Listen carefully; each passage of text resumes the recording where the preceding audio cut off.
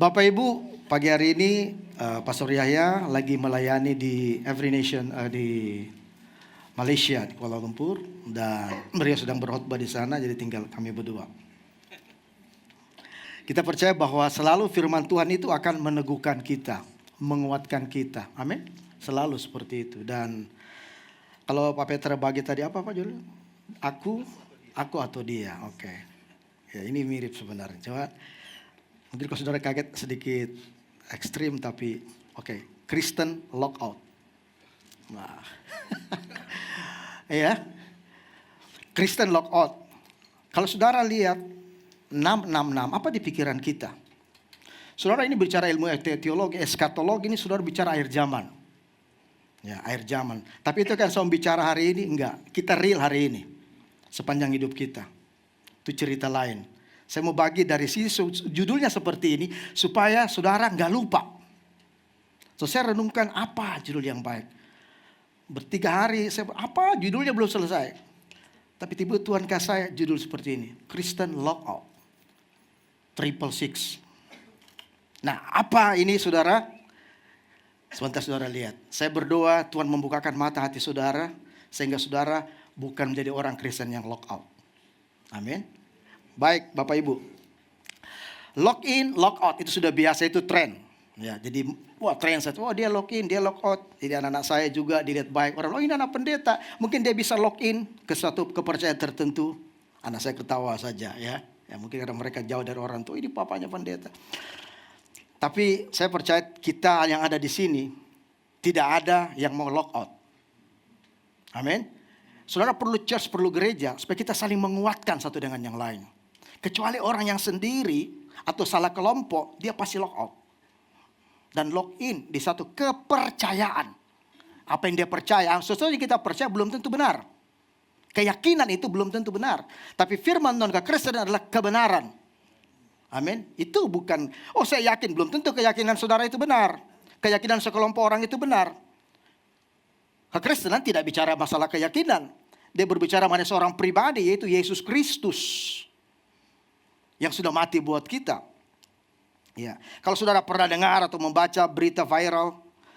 Ada orang yang lock out, kemudian lock in.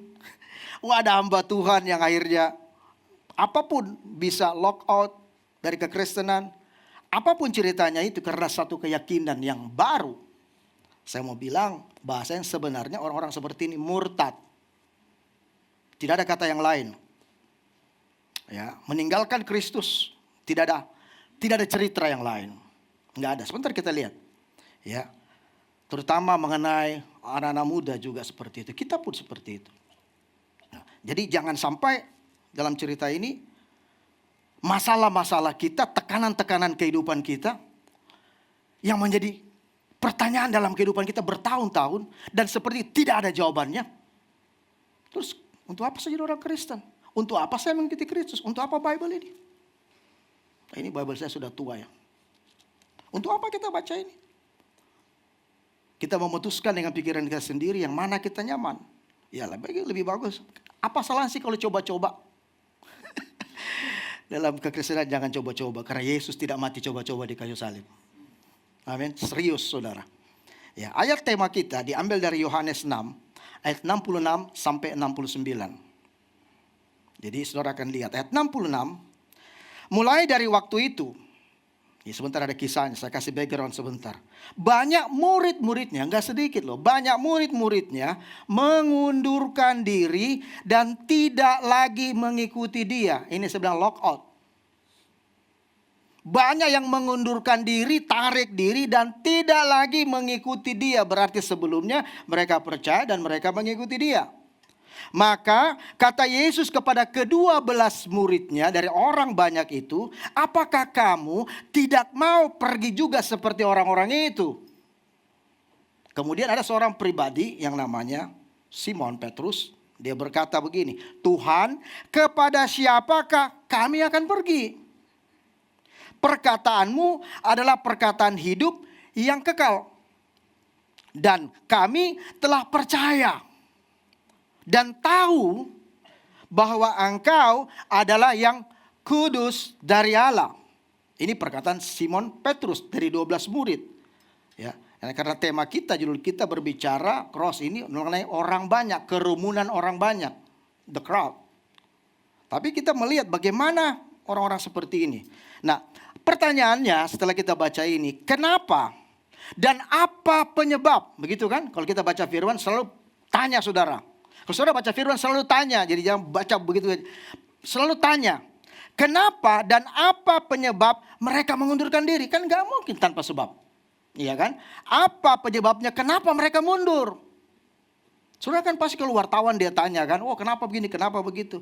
Dan siapa sebenarnya orang-orang yang mengundurkan diri itu? Siapa mereka sebenarnya?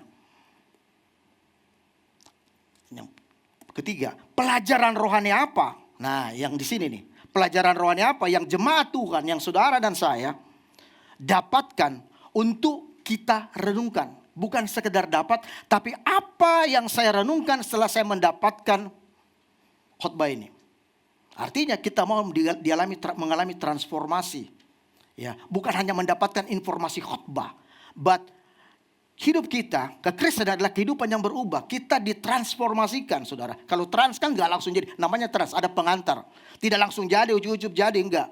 Selalu ada perubahan yang step by step. Tetapi pasti, saudara. Nah, dalam konteks Yohanes yang kita baca, saya membaca semua kitab Yohanes. Di Yohanes 6 ini, ya, di Yohanes 6, khusus di Yohanes 6 dalam konteks ini, ya, ada 3 golongan orang-orang di sini. Yang pertama adalah orang-orang Yahudi yang mau mendengar murid Yesus, yang mau mendengar Yesus. Orang-orang Yahudi. Ya. Yang kedua, murid-murid. Murid-murid, jadi orang Yahudi sekelompok besar. Ya mungkin mereka juga itu yang kita belajar kemarin. Mereka adalah golongan Farisi, orang-orang yang terpilih orang-orang Sanhedrin, orang-orang yang masih ragu. Ada orang-orang namanya murid-murid. Ada 12 murid. Jadi 3. Ada membedakan murid-murid dan 12 orang murid. Mari saudara kita lihat. Kalau kita belajar, saya eksegesa dan sekali eksposisi buat saudara ayat per ayat ini. Di dalam Yohanes 6, ya, kalau saudara melihat Yohanes 6, ada poin-poin, ada 4 poin di sana mengenai Yohanes 6. Yang pertama, kita melihat Yesus memberi makan 5.000 orang. Panjang lebar Pastor Peter jelaskan tadi. Dia beri makan 5.000 orang, 5.000 laki-laki, belum perempuan plus anak-anak. Kira-kira dalam terjemahan yang lain,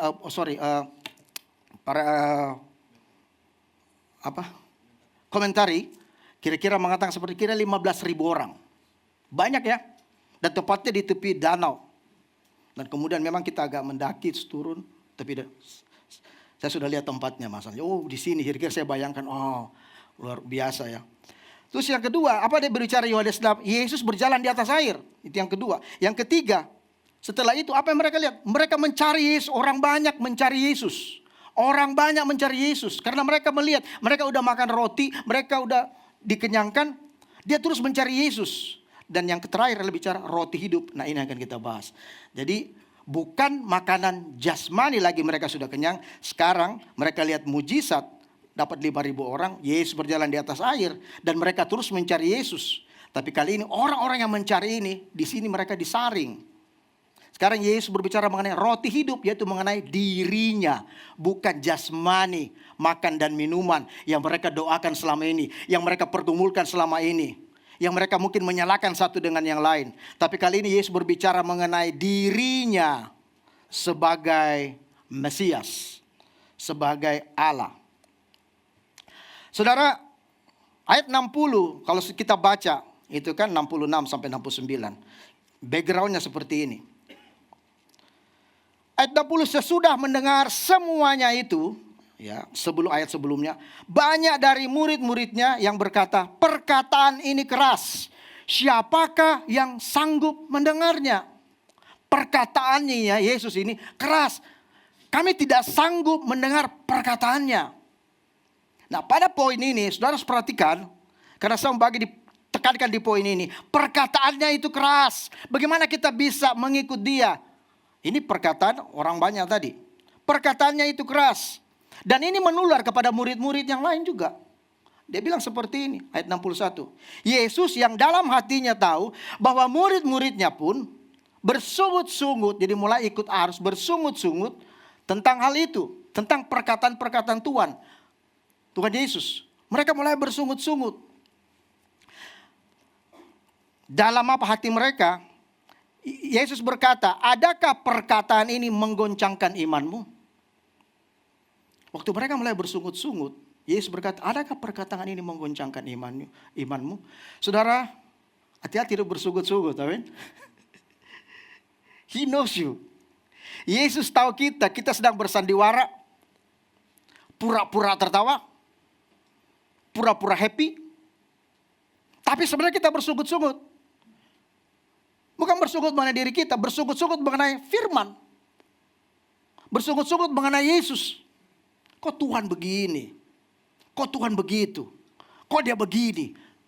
Si Anu bikin seperti tidak mengikuti dia sungguh-sungguh. Kok dia begini? Kalau saya sudah sungguh-sungguh tidak begitu. Ini kekristenan bersungut-sungut. Dan saya berdoa, saya percaya. Saudara, pernah saudara mengalami? Saya pernah mengalami. Jujur, tanya istri saya. Istri saya sampai hampir pernah, kita mau putus asa. Bersungut-sungut, tapi kemudian Tuhan itu baik. Amin. Karena kita sudah dipilih Tuhan. Sekarang bukan masalah sungguh-sungguh, tapi keputusan kita. Hati-hati, bersungut-sungut seperti murid-murid ini, iya. Yesus bilang, apa itu menggoncangkan imanmu?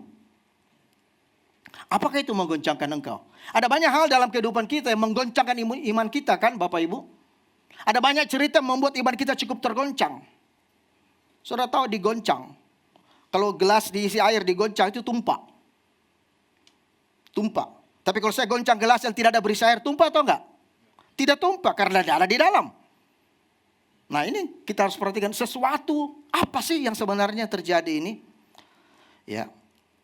Dari menggoncangkan imanmu di New King James, ini Alkitab saya yang tua, sudah tua ini. Saya pakai ini. Dikatakan, apakah perkataan ini menyinggungmu? Does this offend you? Apakah perkataan ini menyinggungmu? Itu bahasanya. Offend you? Does this, apakah perkataan ini offend you? Apakah perkataan firman Tuhan menyinggung saudara? Kenapa kita tersinggung dengan firman Tuhan? Kenapa kita tersinggung waktu kita mulai baca? Wah, kenapa kita tersinggung? Atau khotbah, kenapa kita tersinggung kalau itu kebenaran? Kenapa kita tersinggung? Wah, saya lagi tuh. Enggak, saudara. Kita harus rubah paradigma mindset kita. Berarti ada yang tidak benar. Sebentar saudara lihat. Ya. Dari American Standard Version dikatakan, cause you stumble. Apakah perkataan ini membuatmu tersandung? Kalau tadi kamu tersinggung, ini kamu tersandung karena firman Tuhan. Pernahkah kita seperti itu? Saya juga pernah. Kita tersandung karena firman. Kalau di Matius 18 ayat 8 sampai 9. Sama saudara. Cause it this to stumble. Ya, menyebabkan kamu tersandung. Nah, mari kita lihat di Matius 18. Apa yang bunyinya di situ saudara? Ayat 9. Dan jika matamu menyesatkan engkau, cungkillah dan buanglah itu. Karena lebih baik bagimu masuk dalam hidup dengan bermata satu daripada dicampakkan ke dalam api. Jadi kalau matamu dikatakan itu membuat kamu tersandung, cut it off. Cungkil, buang, cut. Kalau mata kita, ini Yesus yang bilang. Ayat 9. Dan jikalau matamu menyesatkan engkau. Ayat 8. Jikalau tanganmu atau kakimu menyesatkan engkau, sama. Penggallah itu. Membuat kamu tersandung, penggallah itu. Potong itu. Karena lebih baik nggak ada tangan, buntung, nggak ada kaki, kita masuk surga. Mata kita utuh, kita nggak sampai di surga. Inilah yang membuat kita tersandung. Penglihatan kita, perbuatan kita. Kita tersandung, saudara. Ya. Orang jatuh karena keinginan mata. Amin. Keinginan mata banyak orang jatuh. Tapi ketika itu bisa menyebabkan kita tersandung, kita harus berhati-hati. Lebih bagus menjauh. Ya, mata. tubuh kita, anggota tubuh kita. Itu dibilang. Jangan membuat itu kita tersandung atau tersinggung. Mari kita lihat naskah aslinya. Lebih baik kita merujuk ke naskah asli. Dalam bahasa Yunaninya dikatakan skandalize. Skandalize adalah kata sifat. Kata kerja, saudara. Kata bendanya adalah skandalon. Kata kerja, saudara. Ya. Ini merujuk pada umpan dari suatu jebakan atau jerat. Sehingga saudara, saya kasih ini supaya saudara ngerti ya. Diterjemahkan dalam bahasa ini adalah insnare. Apa? Menjerat. Ini dari Swedia, bahasa Swedia. Dari Yunani ke Swedia, Inggris ambil ini. Insnare. Apa itu saudara insnare? Jerat. Jadi artinya begini, kalau matamu menjerat engkau sehingga engkau tidak bisa percaya kepada firman.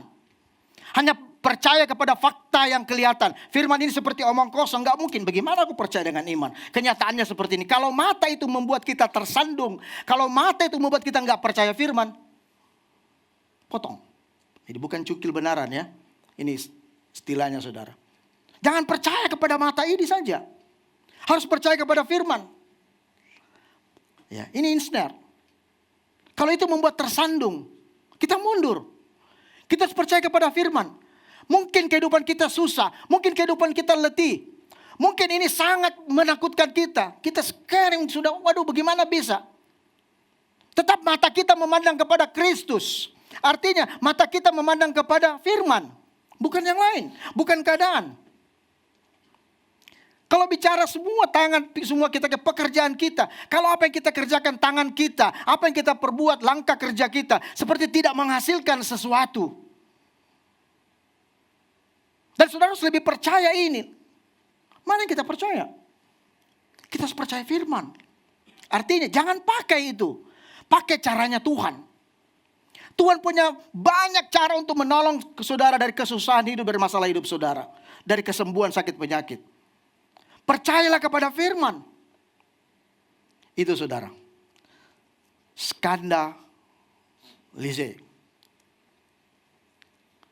Insnare. Jerat. Nah saudara. Kalau kita baca tadi. Kenapa mereka mengundurkan diri? Karena perkataannya itu keras. Iya kan? Perkataannya ini keras. Bagaimana kami sanggup untuk mendengarnya? Siapa yang salah?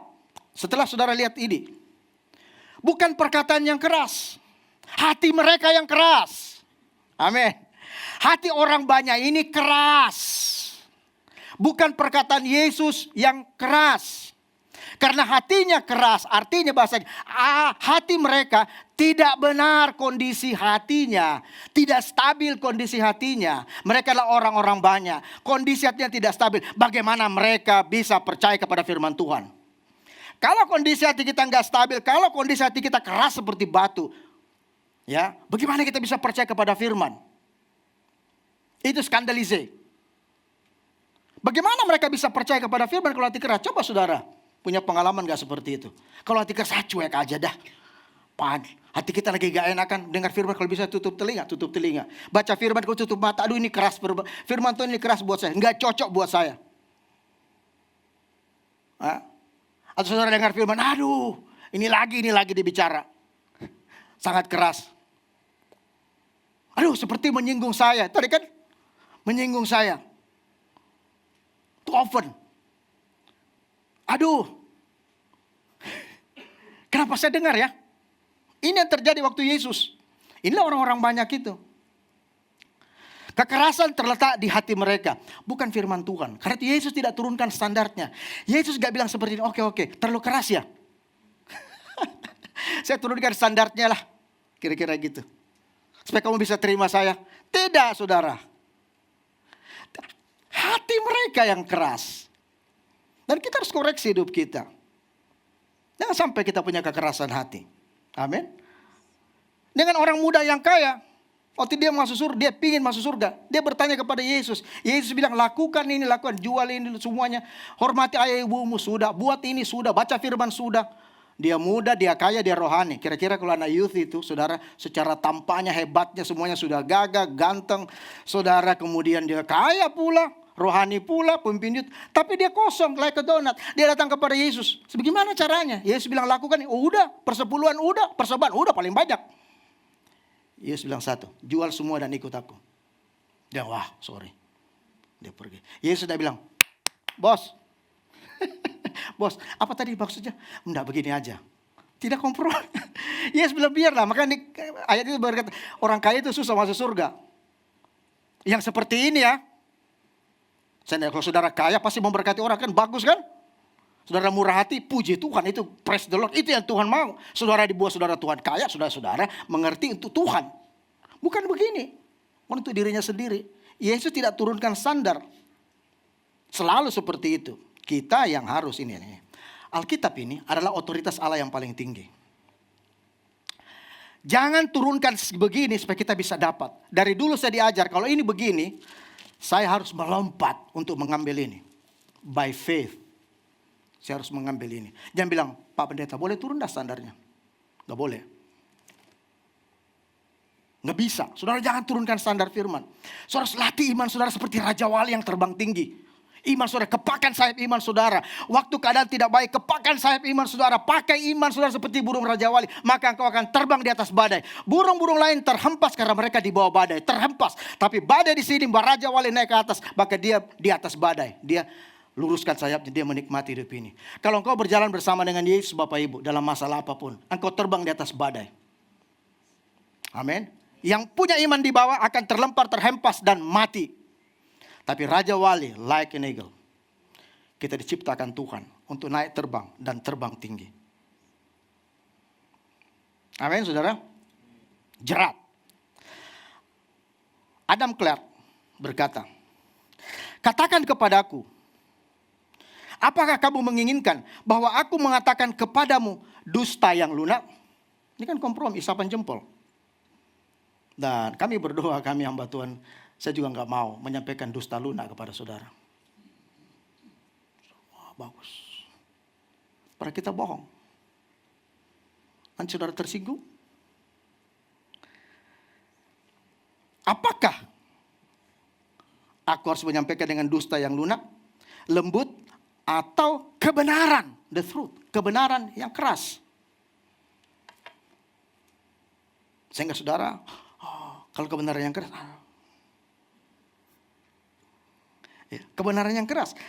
Perkataan yang jahat dari dunia ini, yang berdusta, pada umumnya diterima dengan lebih baik daripada firman yang suci dari Allah kebenaran. Betul nggak ini statement ini? Betul. Kita ini mau dipuaskan. Kita mau sesuai dengan telinga kita. Kita mau sesuai dengan kebutuhan. Kita mau jawabannya seperti ini. Tidak begitu Tuhan, Bapak Ibu. Tidak begitu Yesus. Amin. Tidak seperti itu. Nah, lihat orang-orang Yahudi yang tadi. Orang-orang Yahudi itu golongan orang yang menentang Yesus dan ajarannya. Kan 3 golongan tadi kan, saudara. Nah, golongan yang pertama Yahudi. Mari kita lihat ayat 41. Ini Yohanes 6 semuanya. 41. 52. Maka bersungut-sungutlah orang-orang Yahudi tentang dia. Ia telah mengatakan, akulah roti yang telah turun dari surga. Mana mungkin? Tadi bicara makanan jasmani, mereka ikuti Yesus. Sekarang Yesus cerita sebenarnya, apa itu roti sebenarnya? Apa itu makanan yang sesungguhnya? Bukan itu. Itu saudara selesai dalam 1 malam, besok cari lagi. Tapi kalau kamu punya aku, roti hidup, kekal untuk selama-lamanya. Itu maksudnya. Kan kamu cari aku karena kamu makan roti itu kan? Tapi saya mau beritahu kepada kamu, kalau kamu sungguh-sungguh ikut aku, saya mau beritahu bahwa yang sedang kamu ikut itu, inilah roti hidup. Makanya dalam perjamuan terakhir, makananku adalah dagingku adalah benar-benar makanan, darahku adalah benar-benar minuman. Kalau saudara ikut perjamuan dengan cara yang benar seperti ini, maka selama-lamanya saudara akan bersama dengan Kristus. Orang-orang Yahudi bertengkar antara sesama mereka dan berkata, bagaimana ia dapat memberikan dagingnya kepada kita untuk dimakan. Mereka diskusi, tapi sama-sama tidak mengerti. Ya tidak mengerti, karena mereka belum mengalami kelahiran baru. Mereka bukan murid yang 12. Orang kalau diskusi mengenai Yesus, mengenai Tuhan, dengan tidak sesuai dengan firman Tuhan, tidak pakai firman Tuhan, sampai kiamat tidak akan pernah ketemu. Saudara pakai buku-buku yang lain untuk menguji firman Tuhan, tidak pernah ketemu. Firman Tuhan harus diuji dengan firman Tuhan. Kalau saudara uji firman Tuhan, ada orang yang menguji keyakinan lain, menguji firman Tuhan dengan keyakinan bukunya, tidak akan pernah ketemu. Jadi untuk apa? Kalau buat saya bodoh kalau saya bertengkar dengan orang seperti ini. Bodoh Yesus kalau mau bertengkar, berbicara, menjelaskan kepada orang-orang Yahudi seperti ini. Buang waktu. Tapi yang dia fokus kepada murid. Karena muridnya lahir dari dia. Muridnya dipilih oleh dia. Lahir baru. Karena itu firman yang paling layak dikhotbahkan adalah di gereja. Bukan untuk dipertentangkan. Bukan untuk membuktikan bahwa kita benar. Bukan. Bukan. Untuk apa? Kita mau berapologet. Itu namanya ilmu apologetika. Kita mempertahankan iman kita. Kalau saya lihat baik, iron apologet. Secara halus, secara lembut, bukan untuk pertengkaran, bukan untuk front langsung. Tidak ada gunanya, tidak akan diterima. Saudara, tapi ini firman buat murid-murid. Mereka bersungut-sungut dan tetap juga tidak ada hasilnya. Yang kedua, murid-murid. Siapakah murid-murid itu? Murid-murid ya. Mereka ini adalah ayat 60 dan ayat 66. Sesudah mendengar semuanya itu, banyak dari murid-murid, nah ini murid-murid Yesus yang berkata, perkataan ini keras, itu yang tadi. Siapakah yang sanggup mendengarnya? Mulai tertular kan? Siapa yang sanggup mendengar perkataan ini? Keras sekali perkataan Yesus. Dan dia tidak mau turunkan standarnya. Seandainya dia mau turunkan standarnya kan enak kita percaya. Mulai dari waktu itu, banyak murid-muridnya mengundurkan diri dan tidak lagi mengikuti dia. Lock out. Murid. Kalau orang banyak, saudara Bapak Ibu dalam konteks ini, tidak percaya kepada Yesus, masa bodoh. Memang dia tidak pernah terima Yesus. Tapi yang dibilang lock out adalah murid yang sudah percaya, yang sudah ikut Tuhan. Tapi kemudian keadaan yang menekan mereka, mereka mulai menarik diri, mundur dan tidak mengikuti Yesus lagi. Itu lock out. Terus kenapa saya bilang tadi Murtad 6. Ya ini, terus saya renungkan, iya Yohanes 6 ayat 66, 6. Jadi supaya saudara ingat bahwa 666 itu bukan bercerita mengenai eskatologi, bukan bercerita mengenai akhir zaman, tapi zaman ini sudah terjadi 666. Dia udah mundur. Sekarang pun bisa. Kalau L113, L215, nah saya renungkan apa? Iya, 666. Supaya saudara nggak lupa ya, orang yang lock out itu siap 666. Tunggu nanti. Yang suka protes firman Tuhan, itu orang Farisi, spirit of Farisisme. Suka bilang, aduh. Mencari-cari kesalahan Yesus. Itu spirit of Farisi. Spirit of Farisi cari apa salahnya. Dia salah ngomong apa, kita rekam, kita catat. Kalau kita orang Kristen suka seperti ini, kita tidak menyadari nanti. Saudara bisa dulu di sini sebagai pengkritik. Bukan mau haus dan lapar akan Tuhan. Apa salahnya Pastor Yesi nanti? Haus dan laparlah akan firman. Kalau hatimu benar, maka engkau tidak akan tersinggung. Tidak often. Kalau hatimu benar, kau tidak stumble. Kalau itu ada, ensnare, cut off. Jangan pakai mata itu, jangan pakai perasaan itu maksudnya. Mengundurkan diri. Nah, apa motivasi golongan 1 dan 2? Orang Yahudi dan murid-murid tanda kutip itu. Ayat 15, masih di Yohanes 6. Karena Yesus tahu bahwa mereka hendak datang dan hendak membawa dia dengan paksa untuk menjadikan dia raja, ia menyingkir pula dari situ. Mereka ikut Yesus, mereka mau menjadikan Yesus raja. Ini bagus kita angkat jadi raja. Orangnya bikin mujizat, dia buat seperti, dia nabi. Ayo kita jadikan raja. Tapi maunya mereka, tapi perkataan yang cukup keras, mereka menolak. Tapi mereka mau Yesus. Bahasanya begini, mereka mau peralat Yesus. Yesus hanya mau dijadikan tameng. Kalau kita susah kan dia ada menolong kita. Dia the savior. Dia bisa membantu kita. Dia jadikan tameng. Mari kita atur dia. Jadi dia mau dijadikan raja boneka. Raja yang bisa diatur. Tuhan yang bisa diatur. Apa bedanya dengan dukun? Orang pilih satu tempat, saudara kasih persembahkan ayam hitam, ayam putih, apakah saudara kan? Terus mengatakan, oh mbah, bolehkah aku seperti ini? Boleh anakku. Ya, kita mau atur Tuhan seperti ini. Secara rohani kita mengadakan mystical seperti ini. Praktek-praktek seperti ini. Kita mau atur Tuhan. Nggak boleh, saudara. Itu yang mereka membuat orang banyak ini. Mereka bagus di raja. Yesus tahu. Yesus begini, saudara. Dia nggak perlu kamu jadikan raja. Mereka salah mengerti. Mereka salah menilai tentang Yesus. Mereka melihat Yesus dari sisi kodratnya, saudara. Dari kemanusiaannya. Bahwa dia manusia. Manusia yang rohani. Itu yang mereka melihat. Mereka gagal fokus untuk melihat Yesus sebagai anak Allah. Kodratnya sebagai kodrat ilahi. Itu yang mereka tidak melihat. Mereka melihat Yesus sebagai nabi. Mereka melihat Yesus penuh dengan mujizat. Kalau bukan Tuhan menyertai dia, tidak mungkin dia buat seperti itu. Ayo teman-teman, kita jadikan ini bagus orang ini. Kalau kita angkat jadi pemimpin, pasti kita penuh dengan mujizat. Mereka gagal melihat. Dia nggak melihat Yesus sebagai kodrat ilahi. Manusia dengan kodrat ilahinya. Sebagai anak manusia. Saudara.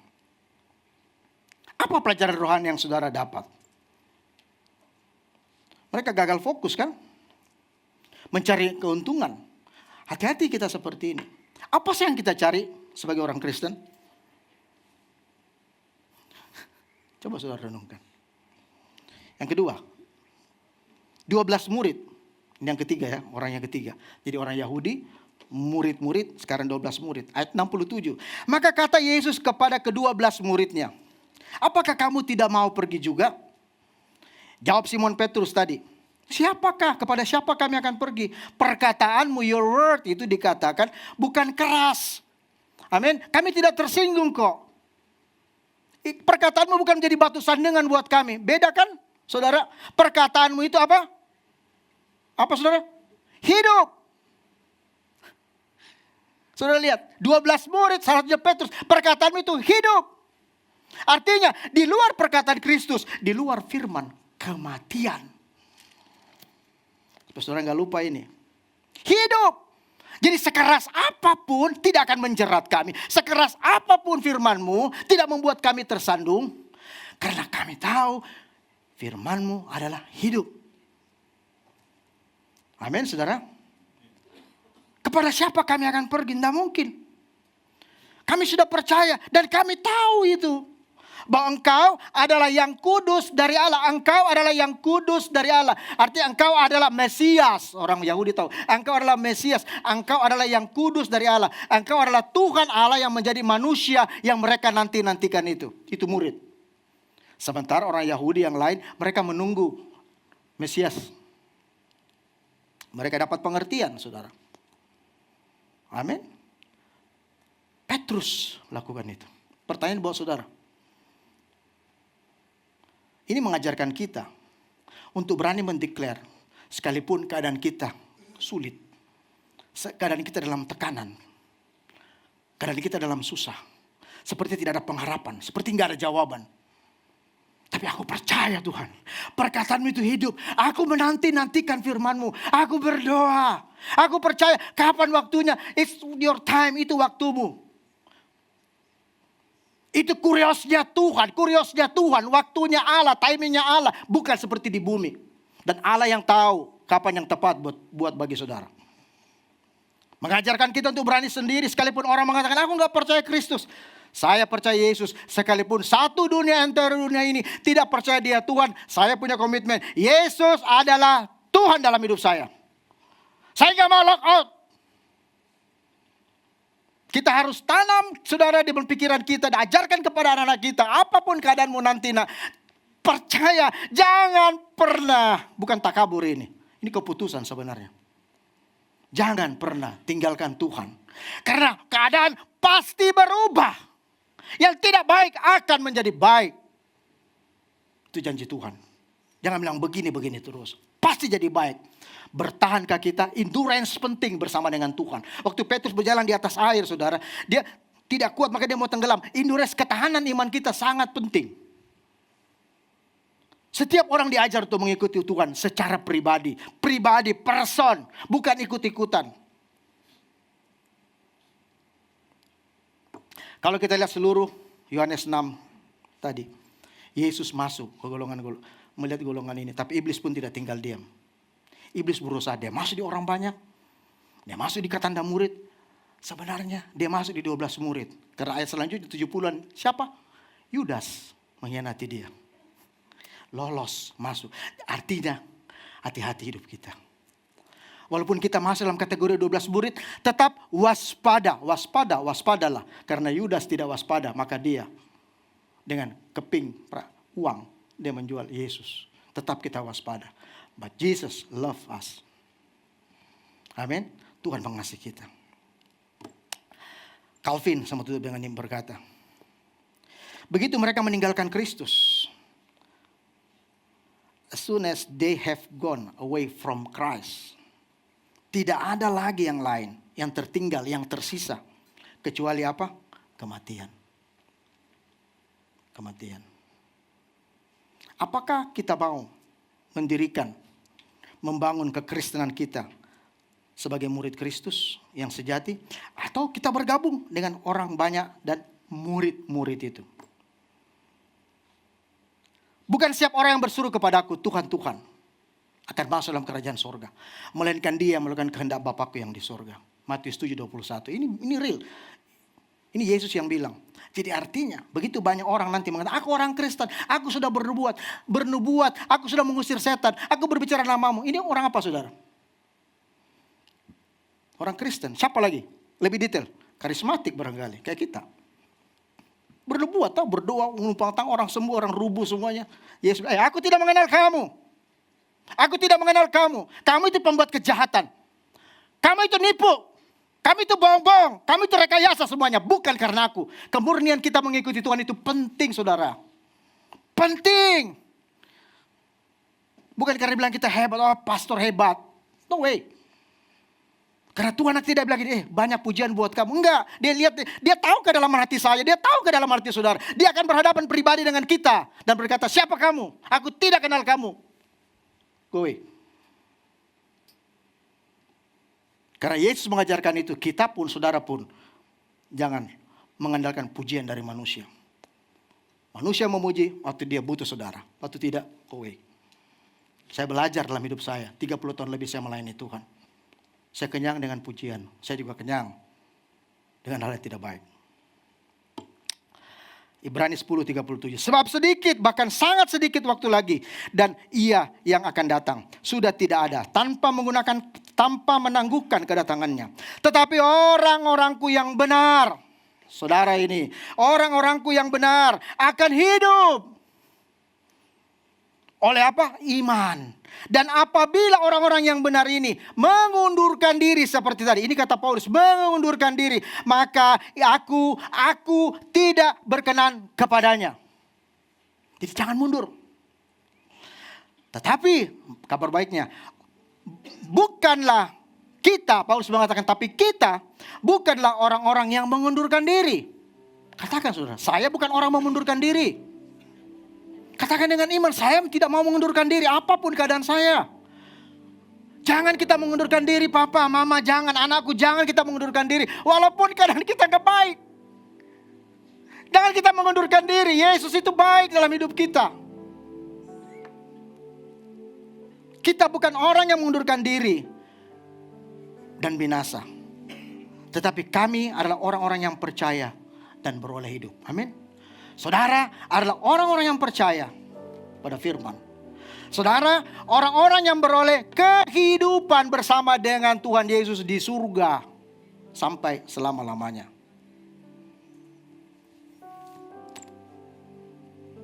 Renungkan firman Tuhan ini.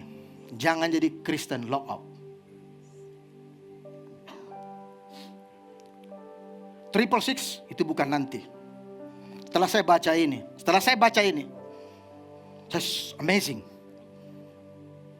Apakah ini modal nubuatan? I don't know. Tapi 666 ini sebenarnya bahasanya sekarang, tidak tunggu nanti, adalah orang yang mengundurkan diri. Apa bahasa kasarnya, istilahnya? Murtad.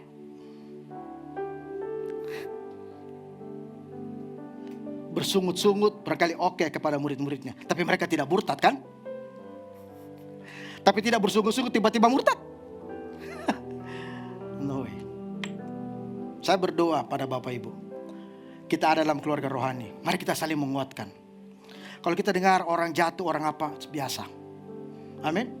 Kita berdoa, kita angkat lagi saudara kita, teman kita. Kita support. Itu gunanya life group. Itulah discipleship, itulah pemuritan. Itu bukan karena saya discipleship pastor, bukan. Karena saya memuridkan. Orang yang bertanggung jawabin, bukan. Semua kita dipanggil buat itu. Masuk dalam pemuritan. Masuk dalam life group. Saudara akan mendengar kesaksian demi kesaksian, dan itu menguatkan iman kita. Wow, Tuhan itu hidup. Tundukkan kepala saudara. I pray, Lord Jesus. Kami punya cerita masing-masing. Kami punya kisah masing-masing. Apa itu baik? Tidak baik? Kurang nyaman? Tapi cerita kami selalu diketahui Tuhan. Terima kasih Tuhan Yesus. Biar kami mau taruh di hati kami. Dan aku berdoa Tuhan untuk saudara-saudaraku ini. Tidak ada seorang pun dari kami meninggalkan iman kami, karena orang benar hidup oleh iman. Tidak ada seorang pun dari kami yang meninggalkan Yesus. Apapun kondisi kami. Aku berdoa kalau mereka punya pergumulan, punya masalah, Tuhan, aku berdoa Allah yang hidup menyelesaikan. Tuhan tolong kami, karena kami lemah, kami tidak kuat Tuhan. Seperti Paulus berkata, waktu aku lemah, kuatmu sempurna. Paulus berkata, waktu aku lemah, aku berseru anugerah, anugerah, anugerah, dan anugerahmu cukup buat aku. Apakah anugerah itu saudara? Anugerah adalah kekuatan Tuhan. Anugerah adalah kemampuan Allah yang Allah berikan buat kita, supaya kita bisa percaya kepada Dia. Percaya kepada firman-Nya. Karena tidak mudah percaya kepada firman Tuhan. Tapi anugerah akan menolong kita untuk percaya kepada firman-Nya. Firman-Nya mengatakan, it is finished. Sudah selesai. Masalahmu sudah selesai. Kamu harus melihat bahwa aku sudah menyelesaikan semuanya. Tunggu. Minta sama Tuhan. Dia akan memberikan kepada saudara. Terima kasih Tuhan Yesus. Ini doa kami. Ini kesaksian hidup kami. We worship you Lord Jesus. Haleluya. Mari kita menyembah Tuhan. Katakan lagu ini dengan iman. Sebagai pengakuan iman saudara. Amin. This is my story. Mari berdiri. This is my song. Praise your name Jesus. I'm praising my Savior all the day long. Oh.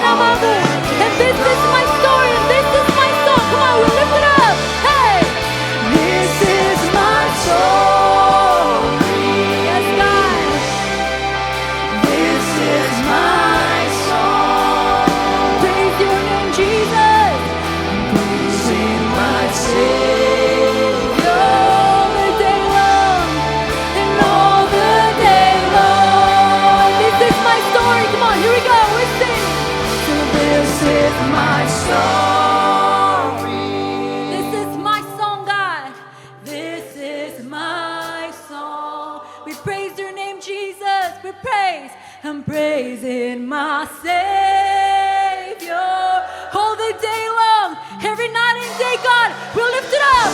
lift it up to the King of Kings. This is mine. So this is my song. This is my song. This is my song. We praise. Praising my Savior all the day long. And all the day long, we praise our Savior. Praising my Savior all the day long, and all the day long, we praise your name. We praise the mighty name. I'm praising my Savior,